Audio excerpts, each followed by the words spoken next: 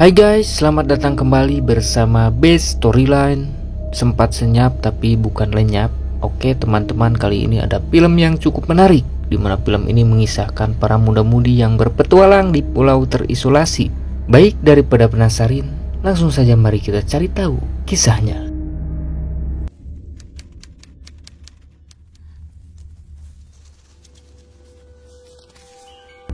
Di sebuah pulau antah berantah, terdapat biara terbengkalai yang bertuliskan tidak ada manusia di pulau ini. Dan hal itu menandakan bahwa pulau ini telah ditinggalkan oleh manusia selama berabad-abad. Namun, entah bagaimana ceritanya, ada seorang ibu dan anak yang tengah berada di sana dalam kondisi ketakutan karena dikejar oleh sosok misterius. Dan inilah Mysterious Island.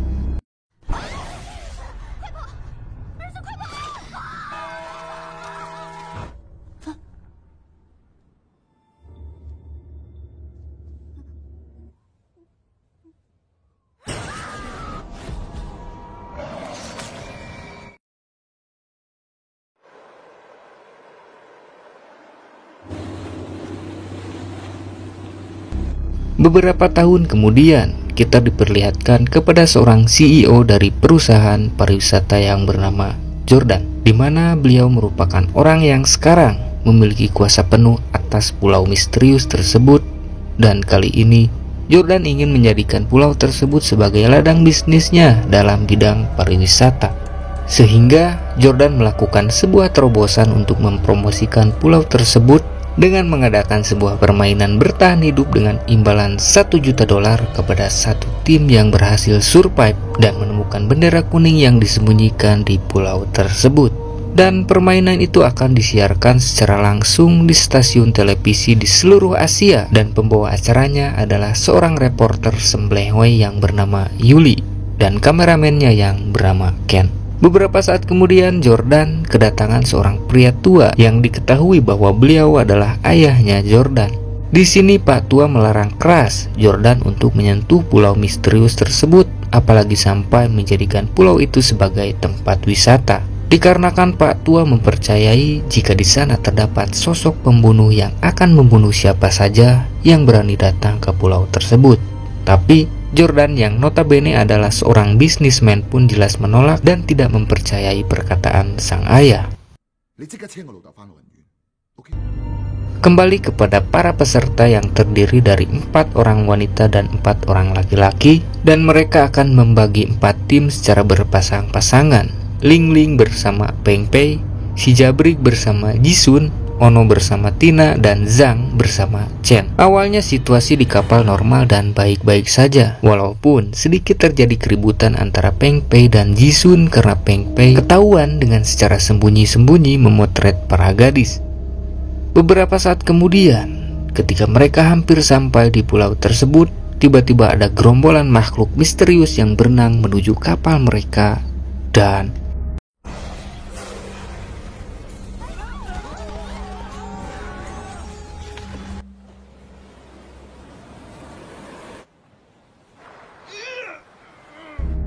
untung saja mereka semua berhasil selamat dan terdampar di pulau yang sebenarnya memang pulau tujuan mereka. Namun, sebagian perbekalan mereka hilang dan mau tidak mau, mereka harus meneruskan permainan tersebut.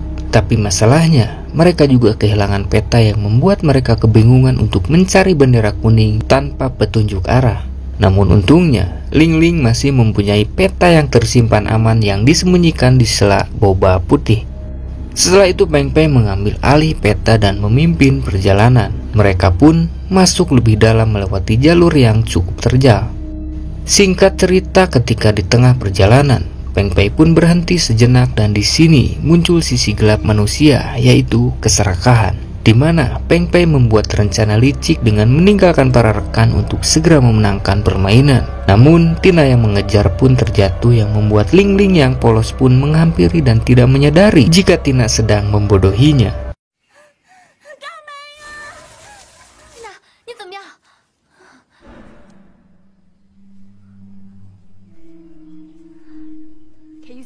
Dan di sini mereka menyadari akan sesuatu yang tengah mengintai di balik rerumputan yang akan menyerang mereka.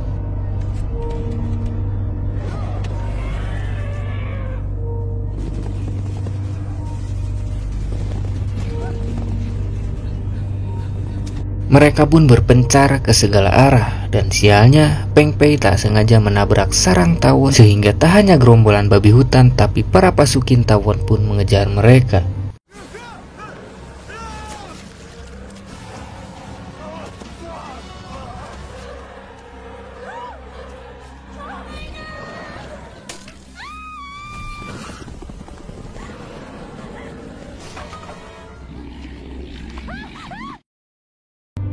Meski mereka mendapat kesialan yang sama, namun setidaknya mereka berhasil selamat walaupun terpisah satu sama lain.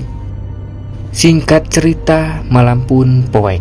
Mereka semua pun berkumpul di sebuah biara yang kondisinya sangat-sangat menyeramkan, di mana tempat tersebut dipenuhi oleh tengkorik manusia dan terdapat juga kendi-kendi yang berisi abu manusia. Dan di sini, Chen yang seorang ahli sejarah pun menjelaskan bahwasanya beberapa abad yang lalu terjadi wabah lepra di beberapa wilayah Cina. Penyebaran penyakit tersebut sangatlah cepat hingga membuat pemerintah kewalahan menghadapi penyakit tersebut. Ditambah orang-orang yang terjangkit dengan sengaja menginfeksi orang-orang yang sehat dengan cara yang mengerikan.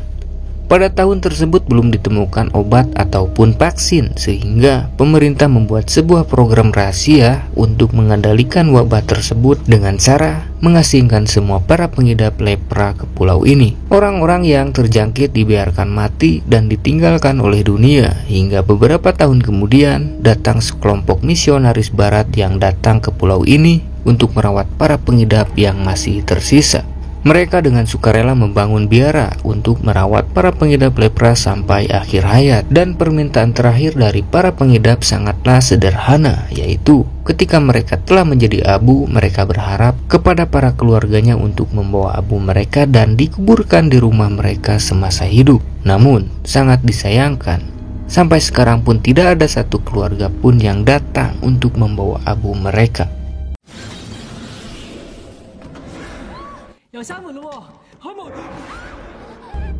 Tiba-tiba saja Peng Pei datang dan meminta kepada para rekan untuk segera pergi meninggalkan pulau ini karena dirinya merasa ada yang tidak beres di pulau ini. Namun para rekan tak peduli, mereka semua tetap ingin melanjutkan permainan dan tak percaya akan adanya hantu.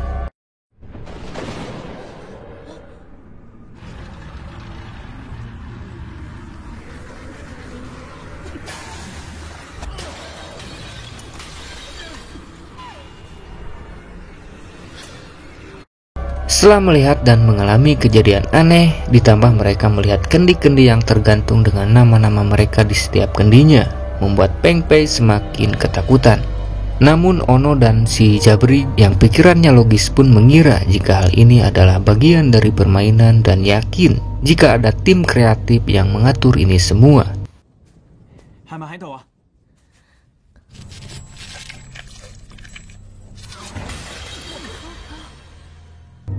Tiba-tiba saja satu kendi yang ada nama Peng Pei meledak, entah karena diisi petasan atau memang sebuah pertanda jika sesuatu yang buruk akan terjadi.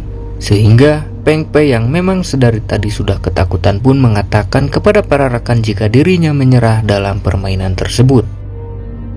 Beberapa saat kemudian, ketika malam semakin larut, sebagian rekan hanya bisa menunggu hingga hari esok tiba.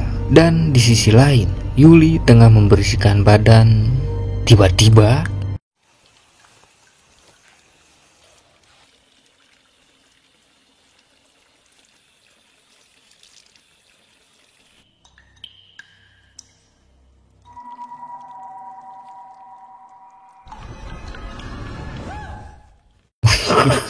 sementara itu, Peng Pei yang memisahkan diri dari para rekan tiba-tiba dihampiri Ono yang memaksanya untuk menyerahkan peta. Namun Peng Pei menolak dan meminta Ono untuk pergi.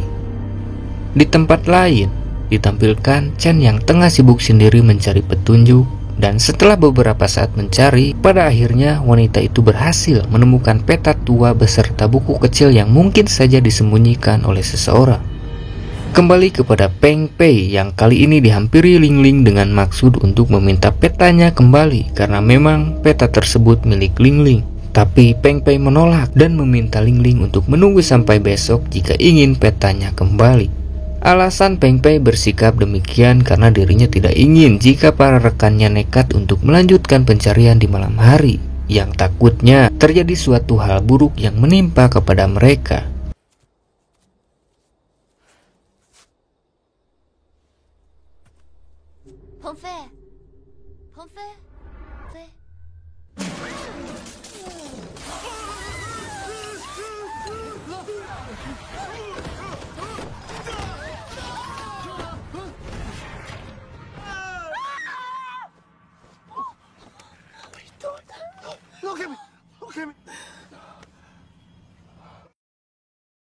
Setelah itu mereka pun berkumpul untuk mencerna apa yang sebenarnya terjadi dan makhluk apa yang telah membunuh Peng Pei. Adu argumen pun terjadi dan membuat mereka terbelah menjadi dua kubu. Ada yang berasumsi jika makhluk tersebut merupakan hantu dari para arwah penghuni yang marah akan kehadiran mereka. Dan ada juga yang berasumsi jika sosok tersebut adalah manusia yang bertahan di pulau ini dan menjadi seorang psikopat karena dendam di masa lalu. Tapi jika itu manusia, apakah mungkin? Karena kejadian dari wabah tersebut telah terjadi berabad-abad lalu. Dan jika mereka punya keturunan pun pastinya anak-anaknya juga akan terjangkit dan kecil kemungkinan mereka bisa bertahan. Pada intinya asumsi hanyalah asumsi, kecuali mereka mengalaminya sendiri. Dan untuk memastikan siapa sosok tersebut, Zhang meminta kepada para rekan untuk bersembunyi di tempat masing-masing dengan harapan si pembunuh akan menampakkan diri.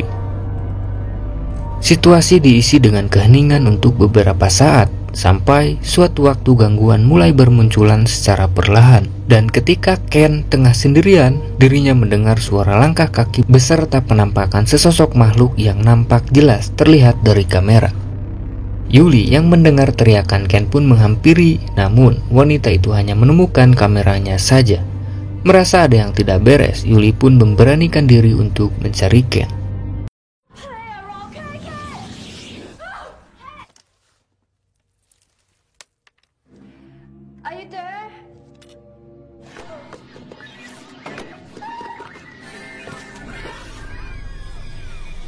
Untung saja pelarian Yuli membawanya ke tempat Ken berada. Namun sialnya, Ken terkena jebakan beruang sehingga Yuli harus segera bergegas membantu Ken sebelum sosok misterius menemukan mereka.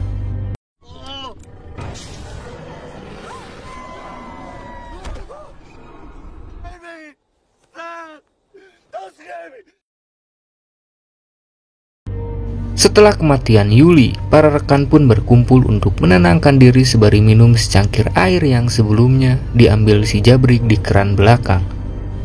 Dalam kondisi demikian, mereka malah debat dengan saling mematahkan pendapat ditambah Ono yang berkata-kata kasar sehingga hampir terjadi perkelahian dengan si Jabrik. Tapi tiba-tiba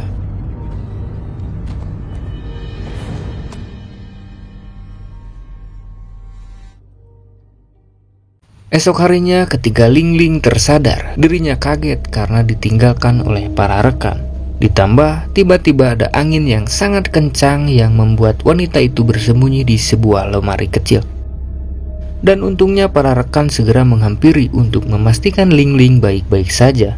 Rupanya Ono bersama yang lain sedang mencari keberadaan Ken yang menghilang entah kemana. Dan beberapa saat kemudian datang si Jabrik dengan bercak darah yang ada di sepatunya. Sontak, hal tersebut menimbulkan kecurigaan sehingga Zhang memaksa si Jabrik untuk menunjukkan keberadaan Ken. Walaupun si Jabrik menyangkal semua tuduhan, namun pria itu hanya pasrah ketika terus dipojokkan oleh para rekan. Dan ketika diperiksa benar saja, si Jabrik hanya ingat dirinya sadar di sana dan tidak mengetahui tentang kematian Ken. Namun tuduhan mereka diperkuat dengan adanya mayat pria yang diduga itu adalah jasad dari Ken. Sehingga saat itu juga si Jabrik diikat di sebuah tiang dan diinterogasi. Menurut Ono, kemarin mereka semua pingsan gara-gara meminum air pemberian dari si Jabrik. Dan setelah sadar, tiba-tiba si Jabrik datang dengan bercak darah di sepatu. Dan yang paling meyakinkan, mereka menemukan mayat Ken di tempat si Jabrik tersadar dari pingsan. Tapi di tengah interogasi tiba-tiba saja kendi yang bernama si Jabrik meledak sehingga membuatnya ketakutan. Melihat hal demikian, Ono beserta yang lain beranggapan jika pembunuhnya tak hanya si Jabrik, melainkan ada orang lain yang bersekongkol dengannya. Dan beberapa saat kemudian mereka baru menyadari bahwa ada seseorang dari mereka yang tidak ada di sana. Ya, orang tersebut adalah Chen. Rupanya wanita itu tengah belusukan ke dalam hutan rimbun dengan membawa kamera milik Ken beserta buku kecil yang menjadi petunjuk arahnya. Dan di sepanjang Chen belusukan dari siang hari sampai malam poek, wanita itu tidak menyadari ada sosok misterius yang sedari awal mengikutinya dan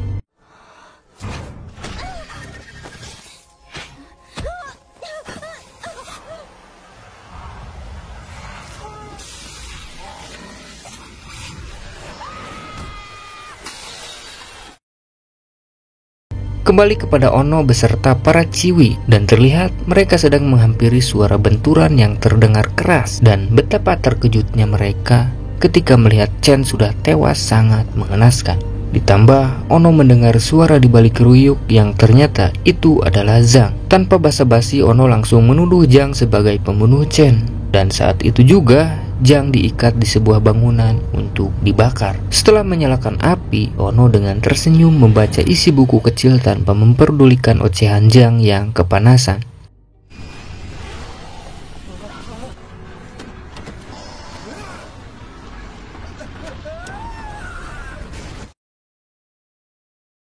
Setelah Ono tewas, para ciwi pun berkumpul, dan Jisun yang sudah muak pun berniat untuk menghancurkan semua kendi yang masih tersisa. Tapi segera dihentikan oleh Ling Ling karena takut terjadi sesuatu yang lebih parah. Kemudian Tina berkata bahwa dirinya akan ke toilet, tapi yang membuat Jisun curiga adalah Tina membawa buku kecil, sehingga Jisun mengajak Ling Ling untuk mengikutinya. Kembali kepada Zhang dan si Jabrik, rupanya mereka masih hidup namun dalam keadaan mata tertutup dan terikat ke sebuah batu. Entah siapa yang melakukannya, tapi yang jelas mereka tewas saat itu juga.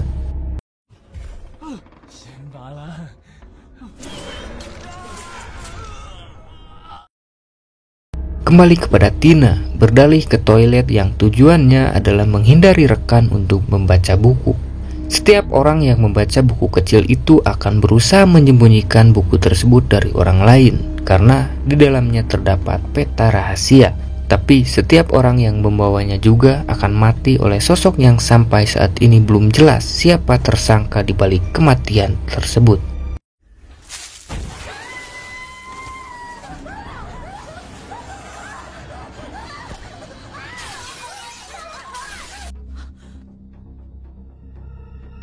Bukannya kabur, Jisun malah masuk ke dalam toilet untuk mengambil buku kecil dan sangat disayangkan, ciwi satu ini pun tewas menyusul para rekan yang lain.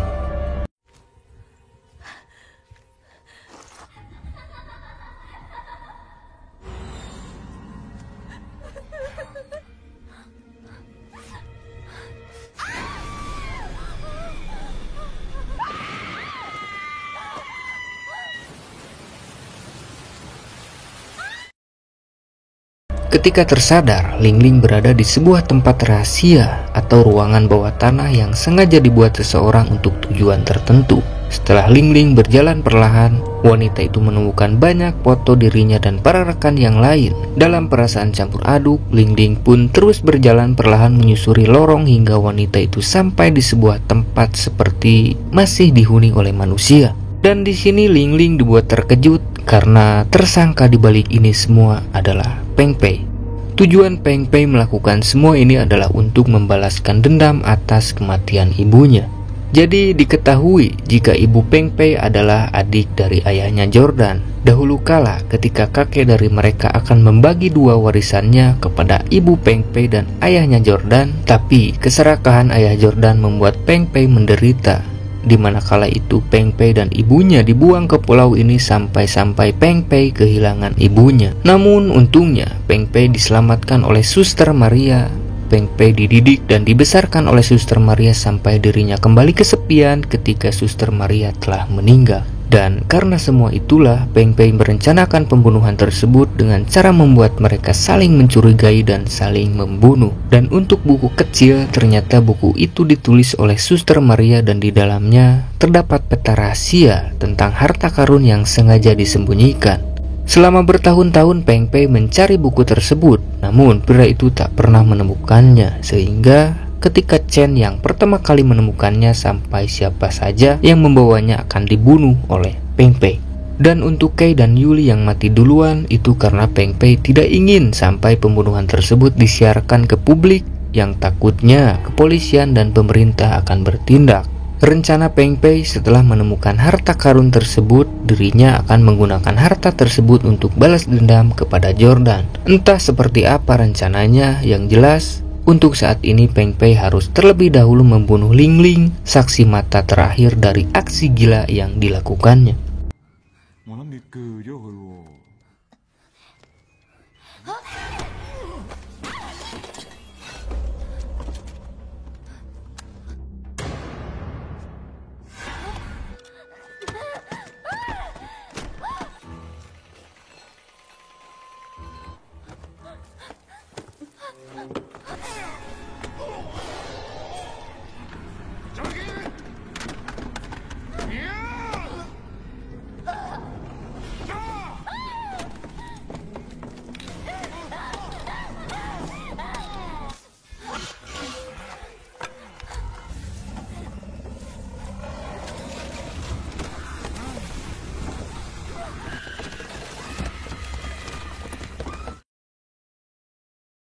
Untung saja Ling Ling berhasil membunuh Peng Pei. Namun apakah mungkin Peng Pei benar-benar mati?